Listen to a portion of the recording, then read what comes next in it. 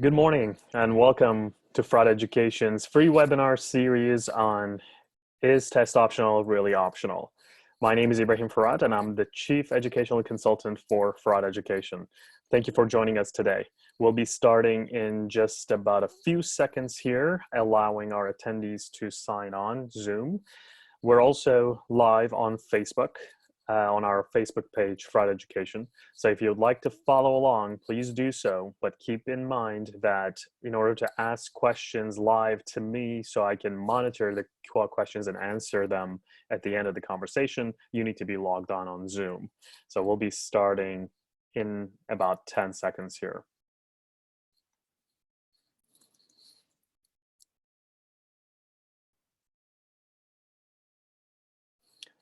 All right, welcome. Again, my name is Ibrahim Firat, Chief Educational Consultant at Fraud Education. Thank you for joining us today. It looks like we're at capacity, almost 100 participants on Zoom. So I really appreciate your time today. And we have school counselors, educational consultants, college admissions professionals, parents, and students on the line today from all over the country. So thanks for joining. So this topic has come about with my previous webinars, whether I've done them by myself or I've done it with my colleagues around the country at Fraud Education. Is test optional really optional? Because that's been the new trend coming out of the COVID-19 crisis for college admissions. So I'm here to break this down for you. Before I do that, for those of you who are new to me personally and to Fraud Education, some basic information. I've been in educational consulting for about 15 years now, 12 years with Fraud Education. I've started out as an SAT and ACT tutor and clocked in over 10,000 hours of tutoring for those tests, and then moved over to college admissions consulting and clocked in over 14,000 hours of consulting there. I published 9 books when it comes to school and college admissions around the country. My students have been admitted to over 1,000 colleges around the nation, 38 of which were Ivies, and also outside of the United States, 14 of them. I've personally visited over 280 colleges, and our students have been awarded over $88 million in total merit-based scholarships based on their GPA, school performance, as well as SAT and ACT scores. I've been a professional member of the Independent Educational Consultants Association, IECA, and a board member for it as well. I'm a member of the National Association for College Admissions Counseling, NACAC, and Texas chapter, TACAC, as well. Today's webinar is going to look into test optional in every form possible. What is test optional? The history of test optional. Which colleges are test optional, which of them have just recently announced test optional, what are application factors, college admissions applications factors when it comes to test optional versus without test optional, whether to submit test scores, and at the end we're going to go to the FAQs regarding test optional, and then I'll also answer your Q&As using the feature on Zoom. So at any point, if you have a question, please go to the Q&A feature on Zoom and submit your questions. Know that I will get to them towards the end of my webinar today. So what exactly is test optional, and how is it different than other terms that you may have heard of? So test optional, as the name suggests, applicants are not required to submit SAT or ACT scores as part of their admissions application. So the key word here is not required. That does mean some students still do submit SAT, ACT scores to these colleges. So that's the term optional really makes things complicated here for many families, and that's what I'm here to break down for you. But there are other terms that are similar to test optional that you may have heard of. Test flexible is one of those terms. In test flexible circumstances, applicants can submit any test score, whether this is the SAT or the ACT, AP or IB tests, depending on the institution, as part of their application. Now, test flexible colleges pretty much is every college in the country. Any college in the country accepts either the SAT or the ACT. It does not matter which test you submit. But there are some colleges historically speaking, have replaced the AP scores and or the IB scores with SAT and ACT. In that case, they don't even look at your SAT, ACT scores. They just look at your APs and IBs and determine whether you're a good fit for their institution.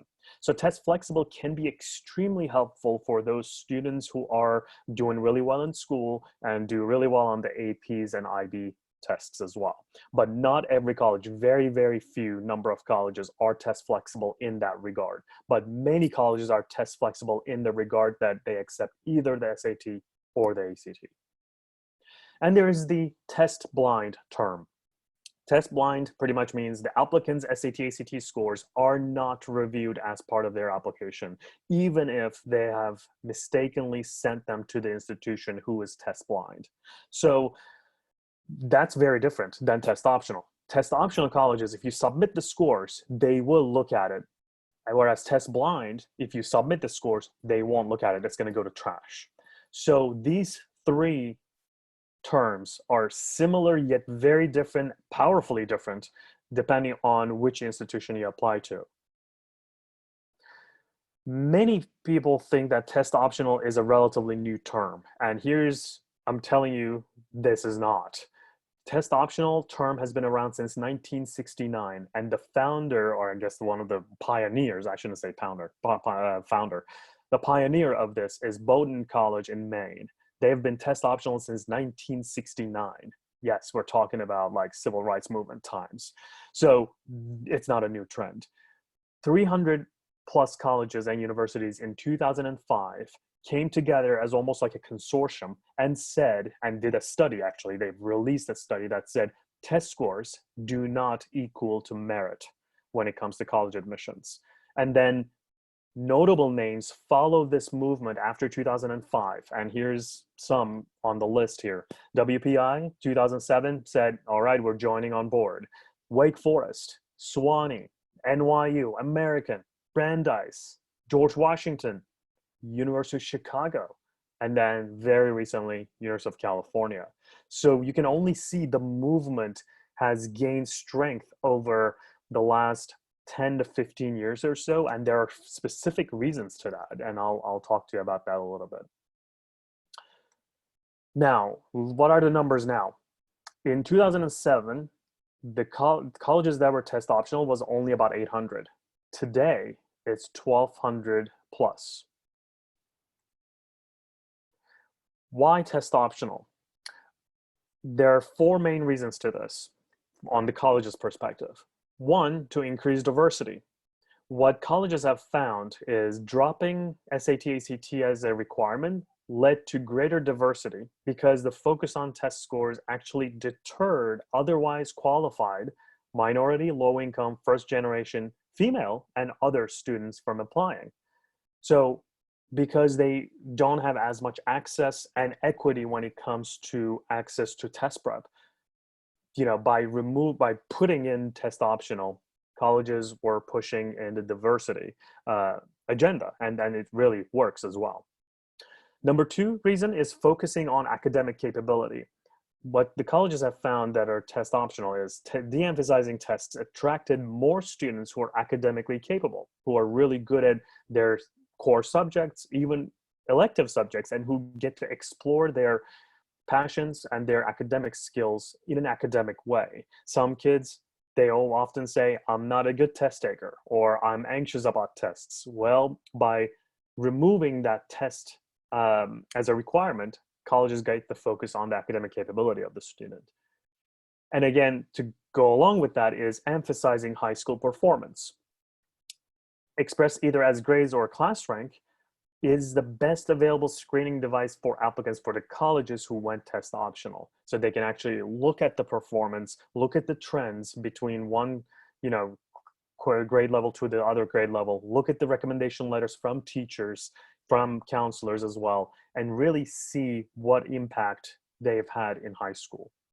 And finally, this is the big, I guess, the grandiose reason why colleges have done this is humanizing the college admissions process.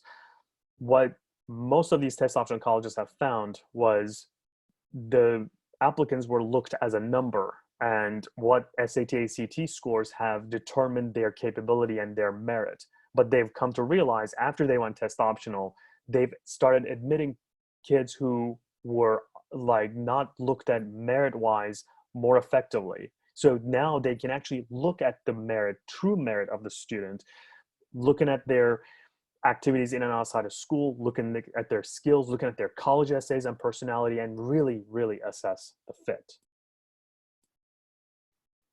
So what happened with COVID-19 is colleges are now dropping like flies, as I say it, going the test optional route. And there are a couple of reasons for this.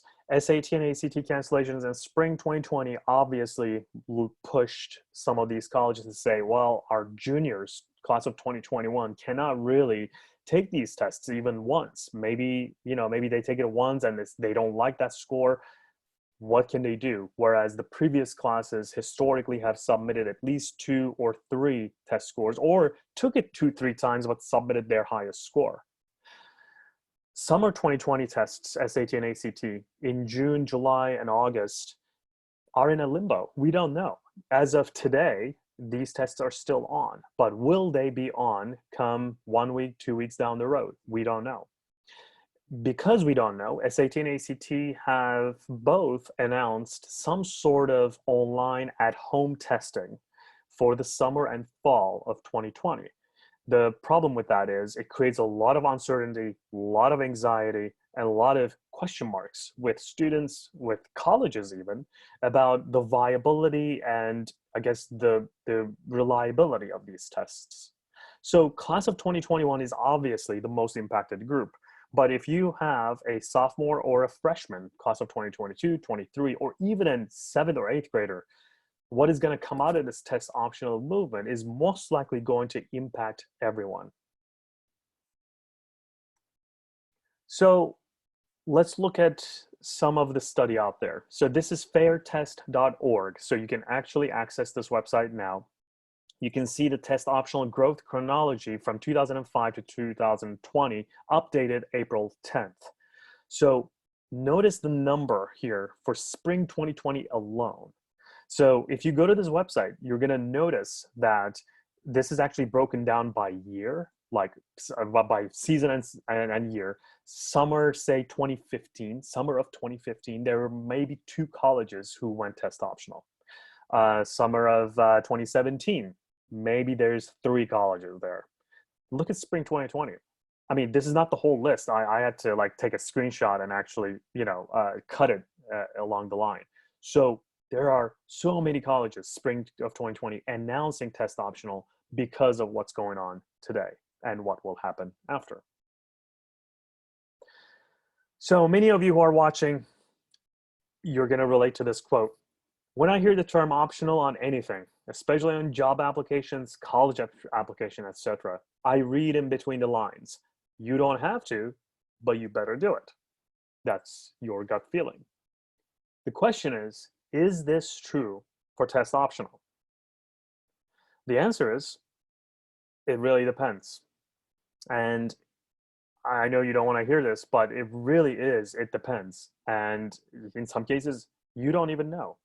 Because every college does things differently. Every university evaluates the students in ways only it understands. Trying to decode how each college evaluates its own candidates is playing a fool's game. You're going to go in circles and circles and circles and circles. And test optional makes it that much more complicated. So what can you do to kind of ease and to create a path for yourself?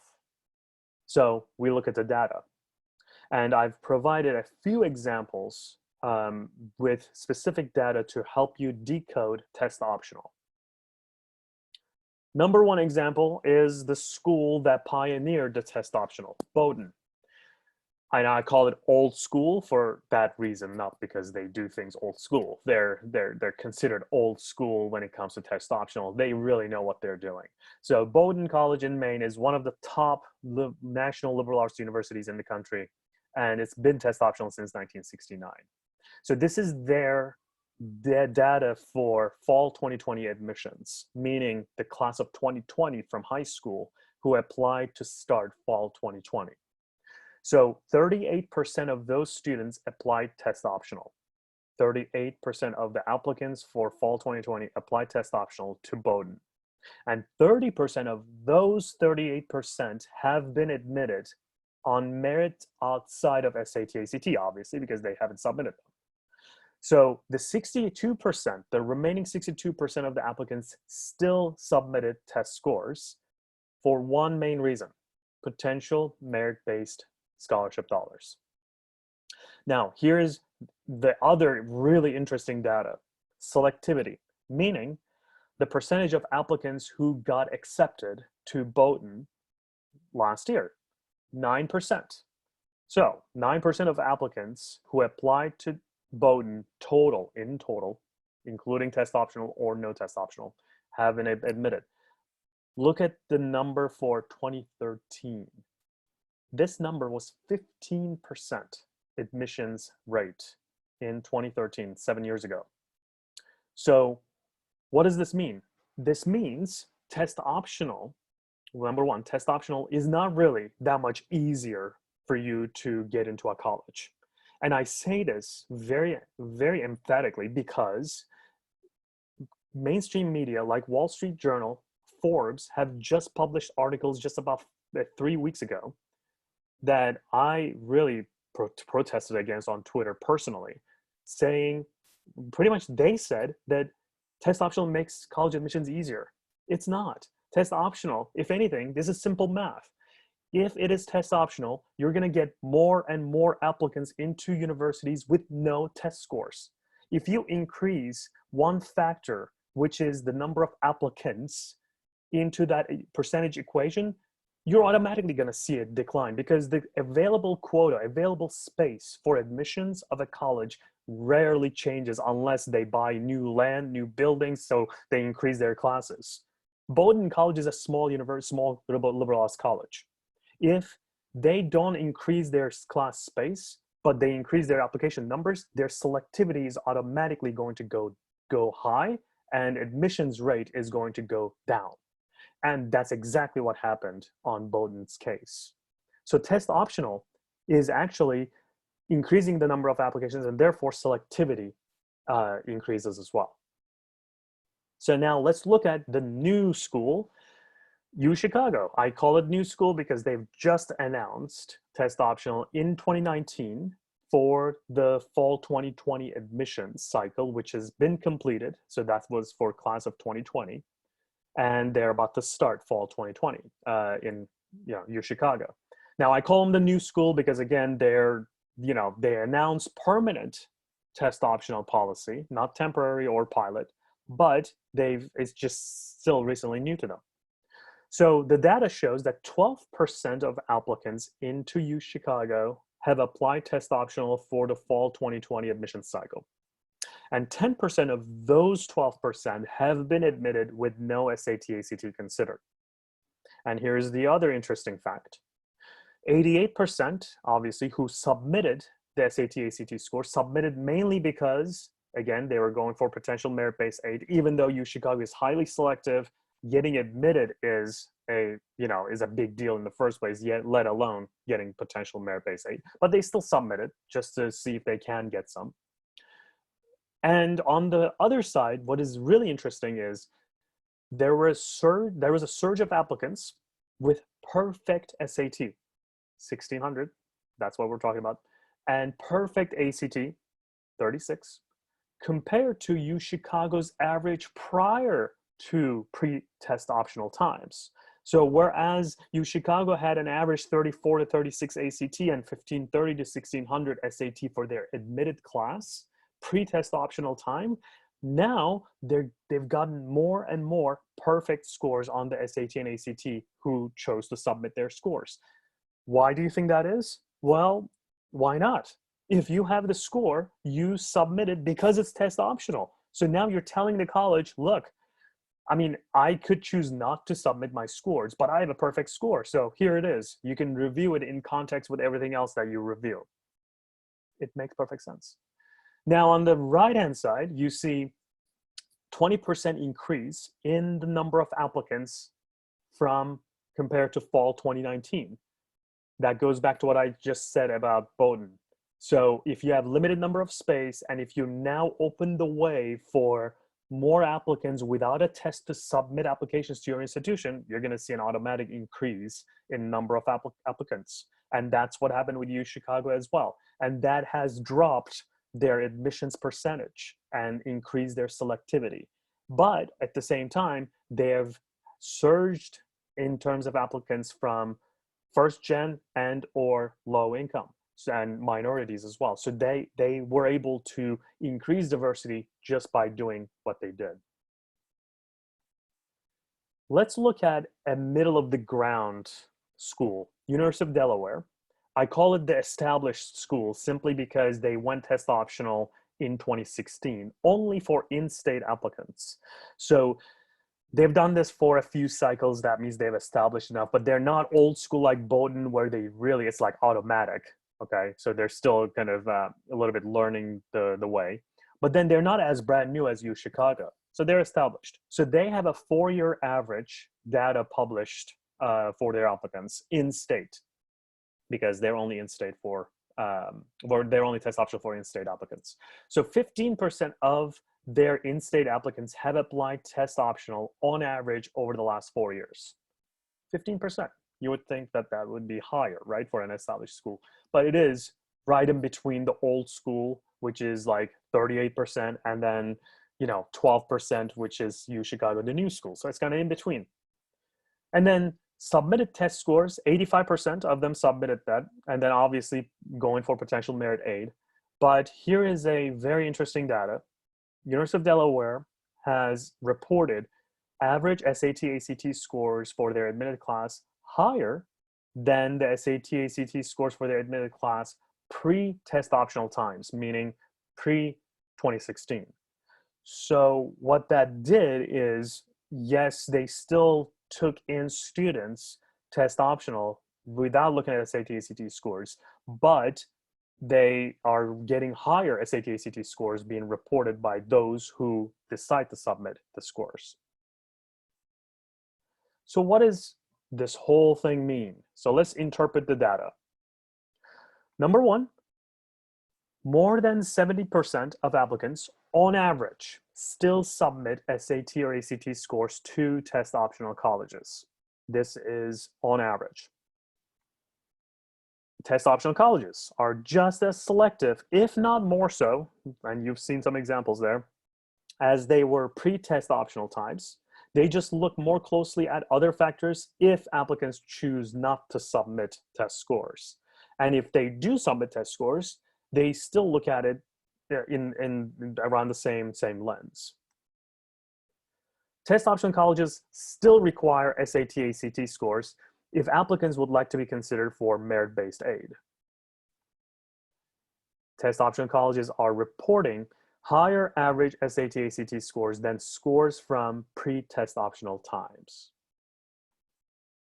And what we also come to find is the more experienced the college is with test optional, the better it knows how to equitably weigh other factors in admissions. Meaning they've practiced this many cycles and they know, okay, if someone doesn't have an SAT, ACT score and we know what we want as an institution, we're gonna look at A, B, C as a factor, or we're gonna put a little bit more factor into or weight into B factor.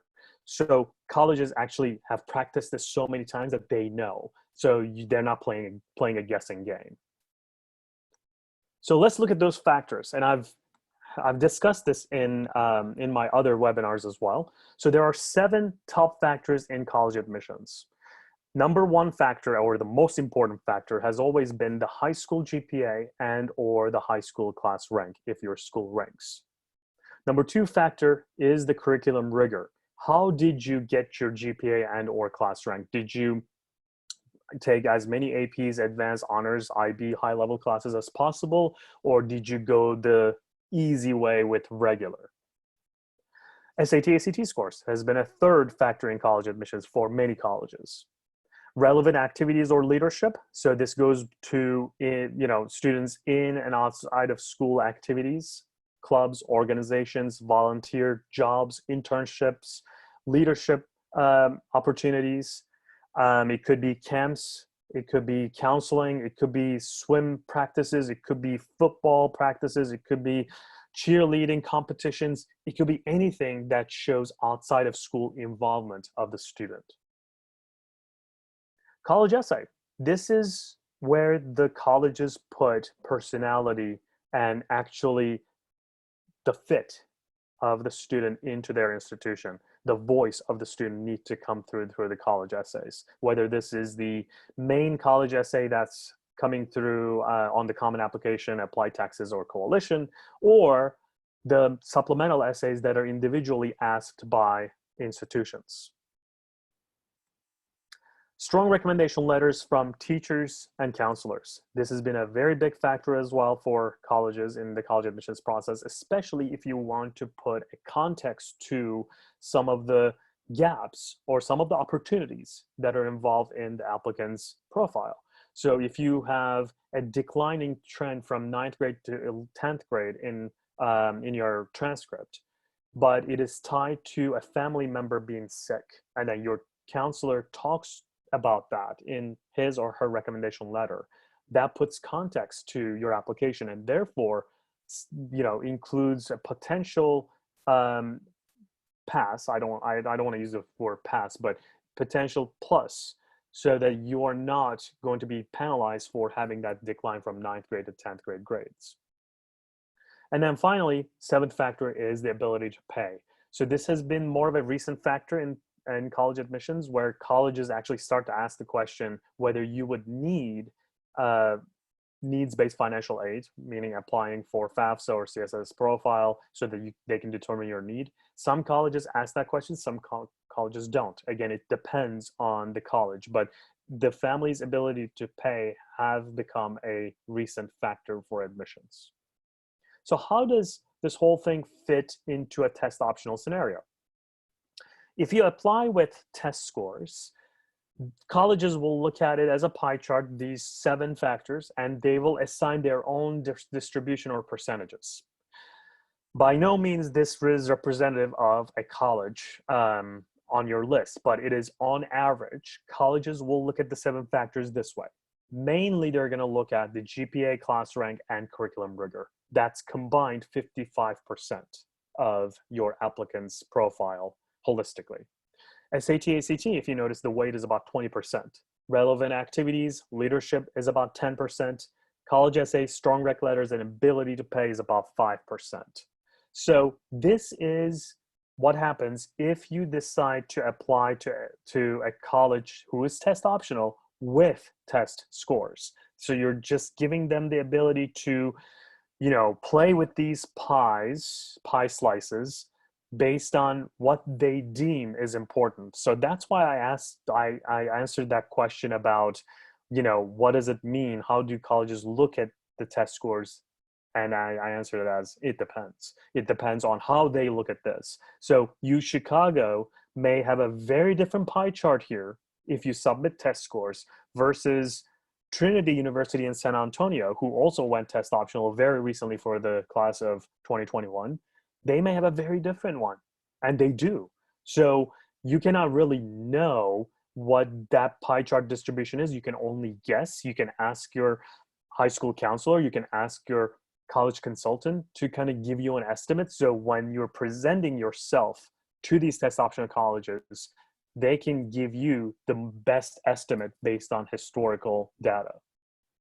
So this is if you're applying with test scores. What happens when you don't submit test scores? Here's what happens. You still have to hit 100%, right? So if you want to hit 100%, that means something else from that 20, so go back here, 20% of SAT, ACT is now going to be distributed or redistributed into other factors. So in this case, for the sake of example, I increase the pie slice for GPA class rank to 35%, curriculum rigor to 30%. So instead of a total 55% with test scores, now we are 65% without test scores. That's a big weight. Relevant activities and leadership is now 15, college essays is 8, strong rec letter is a 7, and ability to pay is remained at 5%. So what did we do? The impact. Here's the impact. By removing the SAT-ACT as a factor from 20% to 0%, you redistributed your factors of admissions into other categories. And every college, again, does this differently. So my generic example, increased GPA class rank from 30% to 35% weight, curriculum rigor from 25 to 30, leadership and resume from 10 to 15%, college essays from 5 to 8, strong rec letters 5 to 7, and ability to pay 5%. So here's an example to illustrate. Wake Forest University, which has gone test optional in 2008. So they've been an established school, almost you can call it like an old school when it comes to doing test optional. Wake Forest knows how to do test optional. So what they have done is over time, from 2008 to 2010, 2012 maybe, they kind of shifted this pie chart here for themselves. And then they put more and more weight into college essays. When you apply to Wake Forest, you will notice that you have close to 12 essays to write. And when I say 12, I mean, don't get anxious, because 12 essays could be a lot if they're long. Some of them are like short, as very short answer questions, 1-word answers, like what's your favorite hobby? What's your favorite TV show? Give me your top 10 type of question. So they're very creative, very personality and voice revealing essay questions. But in the case of Wake Forest, you can tell by asking those 12, they're really putting that weight to about 15% on just the college essays. And they've added another factor, which is interview. And that's a required component. Even if you cannot visit in person, you can do Skype interviews, and you are actually required to do Skype interviews. So they added another factor into the 7 right here, because they realized, well, if I'm not going to evaluate SAT and ACT, then I'm going to look at other factors. So they are creating their own pie slices based on what their institution needs. So you can only see if you apply to Wake Forest with or without test optional, you still have to write those 12 essays. You still have to interview. So you're doing more and more work. Again, you can see the impact just with that example. But like I said, it is very, very school specific. Again, if you go back to the FairTestorg website, one of the PDFs that are posted under the test optional schools is the top tier schools. More often than not, I hear families asking me the question, if a school is test optional, it's not a good school. Not true. I mean, look at the list right here. National Liberal Arts Colleges, Williams, Amherst, Pomona, Bowdoin, Middlebury. I mean, these are in the top 10 of National Liberal Arts Colleges.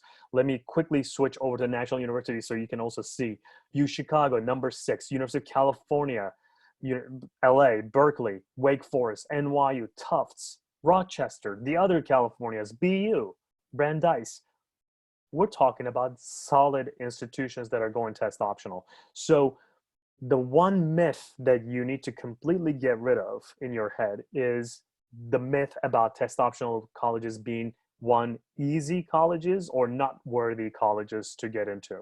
So they're extremely worthy, if not more worthy than colleges that do require testing as part of their admissions profile. But what you do need to know, just by looking at these lists here, National Liberal Arts as well as national universities, every college is going to have that pie chart differently. So Williams College is an example right here. It's one of the most competitive liberal arts colleges in the country. And then on the flip side here, let's go to our hometown university in Houston, University of Houston. So if you're top 10% of your rank, they don't really review your SAT, ACT scores.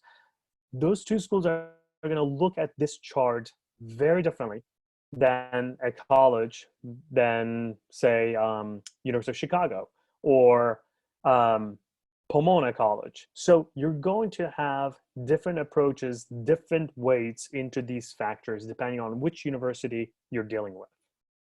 Again, the formula is not magical. There's not one size fits all formula when it comes to that pie chart distribution, but knowing that pie chart distribution and how each college evaluates, or at least estimate how they evaluate, you're actually putting yourself at a huge advantage. So look at the national liberal arts colleges here. Some of these colleges have been test optional for a long time, and some of them are recent. And then national universities. Again, if you're interested in the national ranks, I'm not a huge fan of ranks as an educational consultant, but we got to play by the rules. That's how it is here, and that's how typically college lists are developed, even though you've got to look at the fit first. Look at it. Of the top 50 schools in national universities, we have many of the top schools already gone test optional. And notice that there's some notations on the right that says either test flexible or top 6%. So if there's those notations, you got to be careful about how how you're thinking about calculating those weight distributions when it comes to top factors. So here's the $1 million question: to submit or not to submit. So submit SAT and ACT scores if college has just recently announced test optional, and or college is only piloting test optional. So here's the reason for that. We talked about it, but I'll reiterate. If a college has been doing this for a while, they know how to do it and how to do it right. If the college is brand new doing this, they're still trying to figure out, and you may get lost in the shuffle, and you really don't want that. This is your future that you're dealing with. If you have a score that is viable, which is third bullet point right there, if your scores are at or above the middle 50% of the submitted scores for that institution in the last couple of years, please do submit your SAT, ACT scores. And if your college is highly selective, again, U Chicago is a good example of this. If you're applying to U Chicago, who just announced test optional permanently, but you have an ACT score of 36, why not use send? And then you have an ACT score of 35 or an SAT score of 1580. You are in that zone, in that range. Still submit that score. So they're not looking at other factors that might or might not cause problems. At least your SAT, ACT score will offset those gaps and problems, which is the fourth point I'm making here. Your SAT, ACT scores may offset some gaps in other factors of admissions. And again, when I go back to the other factors of admissions, I'm thinking about these factors. If there's any doubt about any of this, then you can actually still bring the SAT and ACT to the mix and offset some of those gaps. And finally, you need to submit SAT, ACT scores if you're absolutely in need of merit-based aid. So this especially goes to our families who are middle class, lower middle class, who barely make the cut or not make the cut for the needs-based financial aid, and they still have to pay out of pocket. This is a very tough situation for those families. They are not qualified for needs-based aid. So what they have to do is pray for the merit-based aid, but if you cannot pray for something that you are not prepared completely for. So if you want to get merit-based aid, and if you need to submit the SAT, ACT scores so that you can get something. So this goes back to my question of or I guess the questions that I get from families about whether you should take the SAT or ACT in the first place. Well, the answer is you should absolutely take the SAT and ACT at least once, no matter who you are, especially if you're a class of 2021 right now. You have to take the SAT, ACT at least once so that you have the weapon to use if you need to. If you don't need to, then you know what? Test optional colleges, you're going to evaluate it for yourself in a second as I talk to you about why and when you should not submit the SAT, ACT scores. But this is when you should submit the SAT, ACT scores. If the college is recently announced test optional, if they're piloting test optional, they're highly selective, and your scores are solid in the middle 50% of submitted scores, your SAT scores can offset some gaps, and you're in need of merit-based aid. And when not to submit SAT, ACT scores to test optional colleges. One, your SAT, ACT scores are not representative of your overall admissions profile. So let's go back to those 7 factors we talked about. So if you believe that you are a student who is 4.6 GPA, APs, honors, high-level AP scores, 4s and 5s, leadership qualities off the chart, college essays extraordinary, recommendation letter super strong, but you have an SAT score of 980. Something's not right. Something's not fitting, okay? And you take the ACT, you're like making a 21. Again, something is not right. That the admissions profile is up here and your test score is right here. So something is not fitting right there. In that case, that means you're probably dealing with some sort of test anxiety, or you're just not a good test taker, as some of my students say to me all the time. Okay, then you can probably go with no testing submission for the test optional school. The other point that I want to make is, if you don't really submit an ACT score for an institution that you can choose not to, at least for an institution that is in test optional, is in the DNA of that college you're applying to. They're very experienced. So I'm talking about the Bowdoins. I'm talking about NYU. I'm talking about Wake Forest. The list of colleges on FairTestorg that have gone test optional for more than 4 years. Okay, those guys really know what they're doing with test optional. So you might want to only include that list of colleges to submit no scores to. Then you would be comfortable that they know how to evaluate other factors in admissions. And then that goes back to my third point here. If you believe you can differentiate yourself in other factors of admissions above and beyond, then okay, SAT and ACT submission may not be that much adding value to your application. I've talked to the Bowdoin College's Dean of Admissions, and her point was exactly that. If you believe that your SAT, ACT scores will add value to your admissions profile overall, submit it. If you believe it's going to hinder your application profile, don't submit it. Again, Bowdoin is the pioneer of this, 1969. They've been doing it for years now, so they know how to do this. But it goes for every school out there, and it really is person-to-person specific.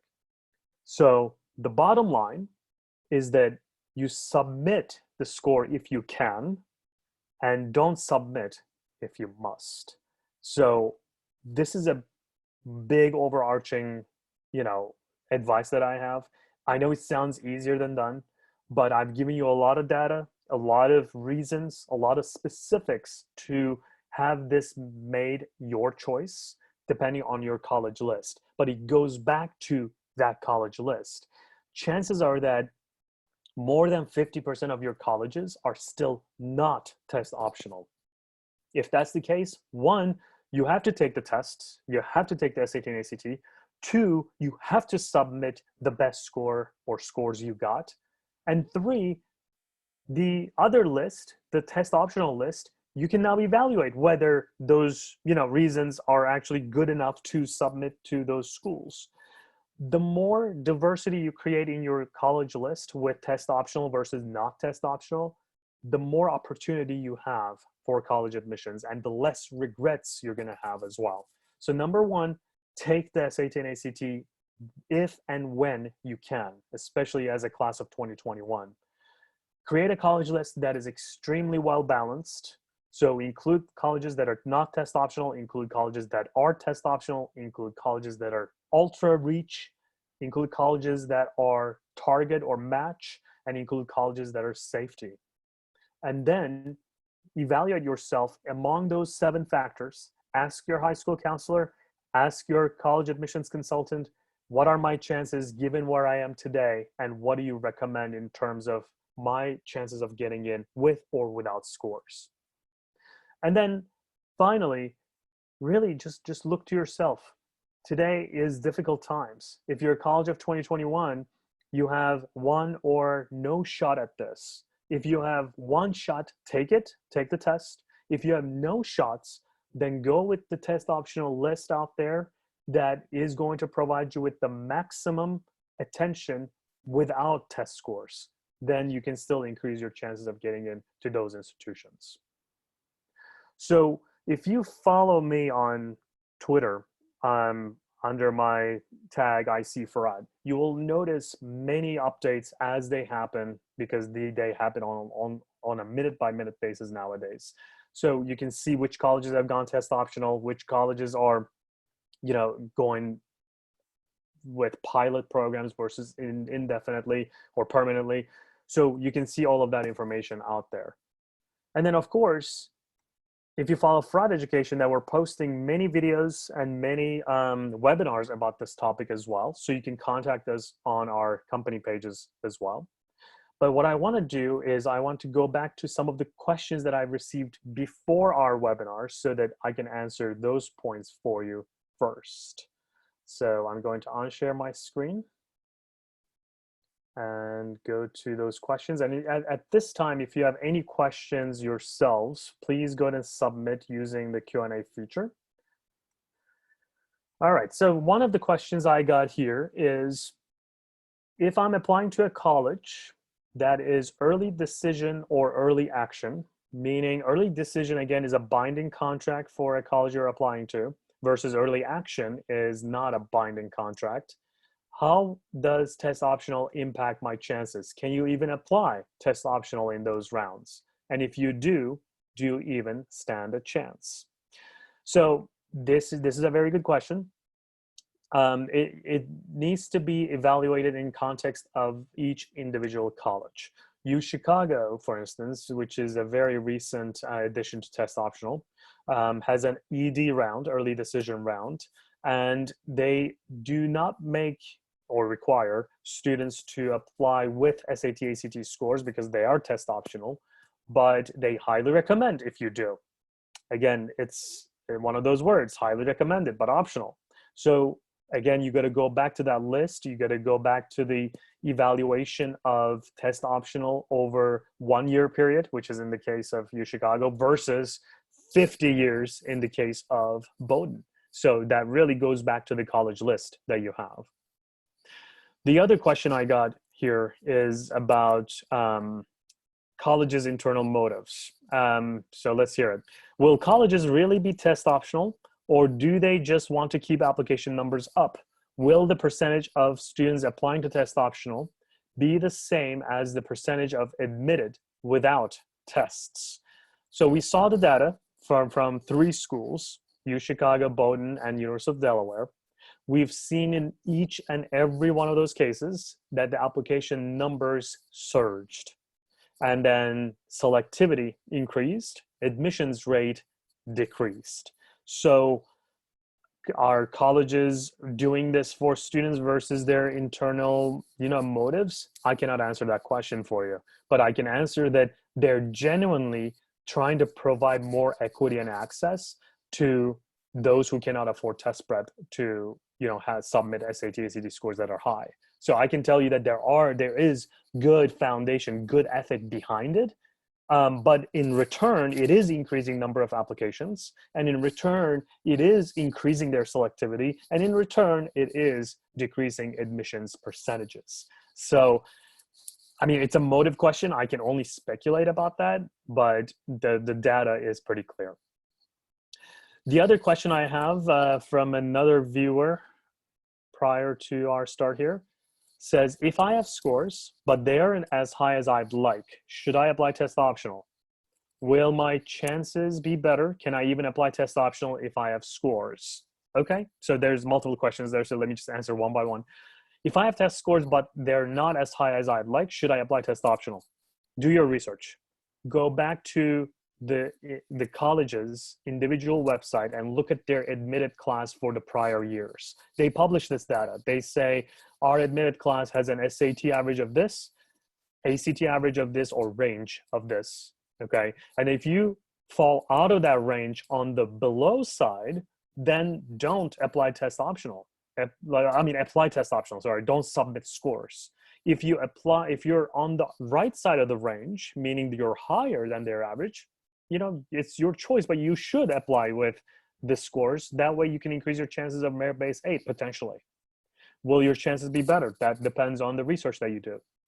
Can you even apply test optional if you have scores? So I think that question goes to whether there is a way the colleges can find out if you've taken an SAT and ACT and chose not to submit. So that's a tricky question. So unless you're applying to military schools, there's no really viable way for colleges to find out if you've taken the SAT or ACT, or if you take it once, or if you take it 60 times. So, that shouldn't be an issue. But you got to be careful when you're signing up for SAT and ACT. It gives you an option on their websites to submit free score reports to institutions you choose. I think you were given 3 or 4 score reports for free. If you fill out that free score report sending while you're signing up for the SAT, ACT, without even knowing what score you're going to get, well, they're going to know.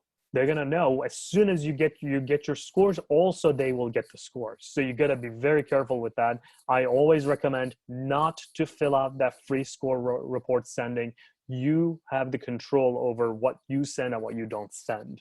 So once you get the score, so don't fill it out and focus on getting the scores afterwards. Now, will they know any other ways? No, they will not. So you have the control otherwise. The other question I got here, and I think this is the last question before I get to the live Q&A here. Without tests, what becomes the most important things in the applicant's file after the high school transcript? Is it the essays? Is it the recommendations? Is it the extracurriculars? I think I partially answered this question in my presentation, but as much as I hate to give that answer, it depends. It really depends on the institution. So you've seen a couple of examples. I've talked through the Wake Forest example, Wake Forest adding more and more weight into the essays, and then they added an interview component that is required even via Skype for those who cannot attend in person. So, it really is institution specific. But those 7 factors almost never change. If anything, something is added, and then the percentage distribution changes depending on which college you're dealing with. So I highly recommend you go back to your college list, and then create a college list. First of all, that will create a good balance amongst those 7 factors. And then go to FairTest.org as well. You can see the rankings, you can see the selectivity of these institutions. And the more selective it is, the more creative it is when it comes to looking at other things or the other factors when it comes to college admissions. So creatively speaking, if you can provide those elements that they're asking for, it might be a good idea that you apply without the test scores and you just put more weight into that. So for instance, I had a student, I think this was about 4 or 5 years ago, who applied to NYU. NYU has been test optional, for a long time, for like 12 years now. And then this student was stellar in GPA as well as curriculum rigor. And then she was talented musician. And then she had a great portfolio that went along with her application as well. So what she did is she put more weight into her talent, her college essay, her academics, that her 22 ACT was not even an issue. It was not even looked at. She did not submit it, obviously, but then even if she did, I think she still would have gotten in, and because of the other weights that was put. And let's say that it was mistakenly being sent for whatever reason, maybe the free score report, then she would have called, she would have emailed the NY admissions and asked for, don't look at my SAT, ACT scores, I made a mistake. Okay, so I'm looking at the Q&As here, so making sure that I don't miss anything else. Oh, I actually got one question on Facebook. Let's hear this.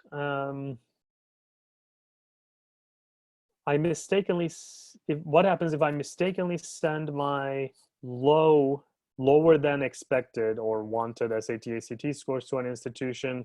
Can I cancel them? Okay. I think I was just barely touching on that earlier with the earlier example here. If you have mistakenly sent an SAT, ACT score, whether this is through the free service or not, you should email and call the admissions office and ask your SAT, ACT scores to be removed as part of your admissions profile. There is no guarantees, unfortunately, that they will do that, especially if they have started processing your application. If you do it early enough, they might be able to. But if it's already in review, maybe they already started reviewing and multiple rounds, multiple committees, multiple people read the applications, it might have been too late. So if you just did it by mistake very recently and the application period is still open, try to contact them and ask them to remove that data. Okay, so I'm waiting for maybe one more question live if you have it. Otherwise, I'm going to direct your attention to our contact pages here for you to keep in touch with us. We have another very important webinar coming up this Thursday on the 16th at 12 p.m. Central. We're going to talk about, with a panel of consultants from Firat Education, 4 consultants who've been in school counseling and counselor's office, how we and they believe pass-fail system in high schools is going to impact college admissions. So will the pass-fail system in high schools pass you or fail you in college admissions? That's what we're going to be talking about on Thursday. So please go to our website, firateducation.com, and you will see a free webinars link right there to sign up on Zoom so you guys can get that information, as well as follow us on social media for important updates as we go along. And you have my contact information here as well. One final check on the questions. I think we're good. Thank you so much for attending today. I hope this was a helpful webinar, helpful information for you all. By popular interest, we might be able to offer this webinar again next week sometime. So keep an eye on our social media channels and on our websites as well. Thanks for joining again, and stay safe, stay healthy, and hope to see you very soon. Take care.